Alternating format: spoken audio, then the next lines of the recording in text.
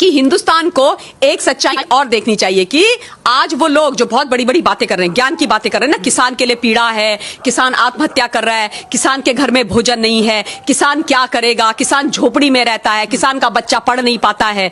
इतने सालों से, 70 सालों से इस देश का दोहन किया, इनको किसान का दर्द नहीं दिखाई दिया, इनको किसान की पीड़ा नहीं दिखाई दी। जब इन्होंने अपने बिचौलिए बिठाए मंडियों के अंदर इन्होंने इलेक्शंस नहीं होने दिए, वही लोग मंडियां इनकी कमिटियां चलाती रही और जो 100 रुपए का सामान होता था, जिसके 100 रुपए किसान को मिलने चाहिए थे, उसके 50 पैसे दिए, किसान को मरने के लिए छोड़ दिया। उसके बाद उस सामान को कोल्ड स्टोरेज में डाला, फसल को मार्केट में उसकी आवश्यकता बढ़ाई, उस 50 पैसे से लिया हुआ सामान 1000 में बेचा और हम तक पहुंचते पहुंचते वो 2000 का आ गया। 2000 में से किसान को कितना मिला?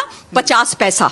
50 पैसा। इन लोगों की बदौलत, ये बिचौलिए जो बैठे हुए हैं और इनके जो राजनीतिक आका बैठे हुए, उन लोगों की बदौलत, और जो आज सड़कों में खड़े होकर के चिल्ला रहे हैं, इसी बात का दर्द है, इसी बात का दर्द है। तब इनको किसानों की चिंता नहीं हुई। एक और बात बोलती हूं, 2004 से 2014 तक ये पता कीजिए हिंदुस्तान के किसान, इस हिंदुस्तान के हमारे किसानी कृषि मंत्री कौन थे? मैं बता देती हूं नाम, शरद पवार जी थे। और अब आप एक काम कीजिएगा, मैं ये डेटा मैं आपको नहीं बताऊंगी, आप 2004 टू 2014 तक ये निकालना कि कितने किसानों ने हिंदुस्तान के अंदर आत्महत्या करी, किस पूरे देश के अंदर और राज्यों के अंदर और खासतौर पे महाराष्ट्र के अंदर। निकालेंगे, दूध का दूध और पानी का पानी हो जाएगा, इनका काला चेहरा सामने आ जाएगा। शरद पवार जी सारे प्याज की सारी मंडियां कंट्रोल करते हैं, वहां पर सारी मंडियां कंट्रोल करते हैं और उसके बाद अगेन 50 पैसे में लेके उसकी होर्डिंग करते हैं, उसके बाद बेचते हैं। इन लोगों से प्रश्न नहीं किए जाने चाहिए, ये लोग जिम्मेदार नहीं है। कितनी आत्महत्याएं हुई हैं किसानों की महाराष्ट्र के अंदर, सुशील, ये तो सारा विश्व जानता है, ये केवल हिंदुस्तान की बात नहीं है। देश के अंदर कितनी आत्महत्याएं हुई इस पीरियड के अंदर, कहां थे ये लोग?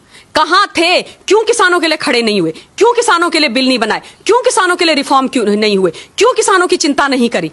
क्यों नहीं करी? और आज एक प्रधानमंत्री, एक चाय बेचने वाले के बेटे ने जब इस देश में गरीबों के साथ, किसानों के साथ खड़ा होना शुरू करा, तो इनके दिलों के अंदर दर्द होने लग गया, इनको तकलीफ होने लग गई और ये बिलों से बाहर निकल करके तो ऐसे आ रहे हैं जैसे पता नहीं क्या हो गया, क्योंकि इनके जो जहरीले फन है ना, वो कुचले जा रहे हैं। इसलिए तकलीफ है। आज किसान को जब उसका हक देने की बात आई है, तो किसान को तुम बरगलाओगे? खालिस्तानी बिठा दिए हैं भाई। सोचिए आप, सबसे पहले शुरुआत ही हुई थी खालिस्तानी, वो आकर के इस आंदोलन में बैठ गए। आप सोचिए, जस्टिन ट्रूडो, कनाडा के प्रधानमंत्री का हिंदुस्तान के किसानों से और हमारे इंटरनल मैटर से क्या मामला है और क्या लेना देना है? उसका क्या लेना देना? जस्टिन ट्रूडो वहां से मैसेज भेज रहे हैं और पूरे देश में उसको, पूरे विश्व के अंदर उसको वायरल कर रहे हैं और अपना सपोर्ट जाहिर कर रहे हैं। और बाय द वे, वही जस्टिन ट्रूडो है ये, WTO में जस्टिन ट्रूडो ने MSP का विरोध किया, वहां विरोध करते हो और यहां पे एक वीडियो मैसेज भेज करके हमारे यहां के लोगों को बरगलाते हो। क्यों खालिस्तानियों का साथ दे रहे हो? क्यों खालिस्तानियों का साथ दे रहे हो? परेशानी यह है कि जयचंद हमारे देश में है, सुशील। जयचंद इस देश की धरती के अंदर बैठे हुए हैं, वो इस देश का, मां भारती का, यहाँ की जनता का, चाहे वो जवान हो, किसान हो, आम जनता हो, उसका भला नहीं चाहते, क्योंकि जिस दिन उसका भला हो गया ना, इनकी दुकानें, इनका रोजगार बंद हो जाएगा।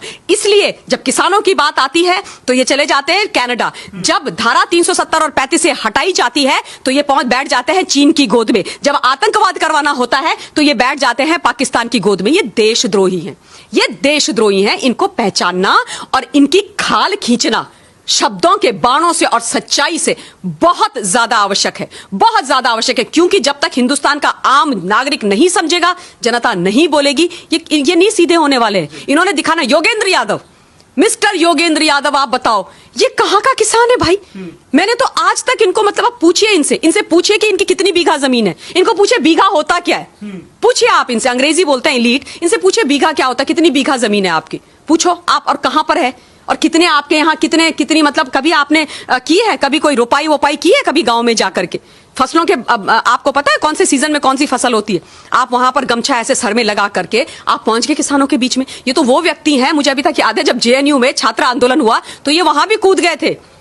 नेताजी से ये स्टूडेंट बन गए, अब ये नेताजी से किसान बन गए।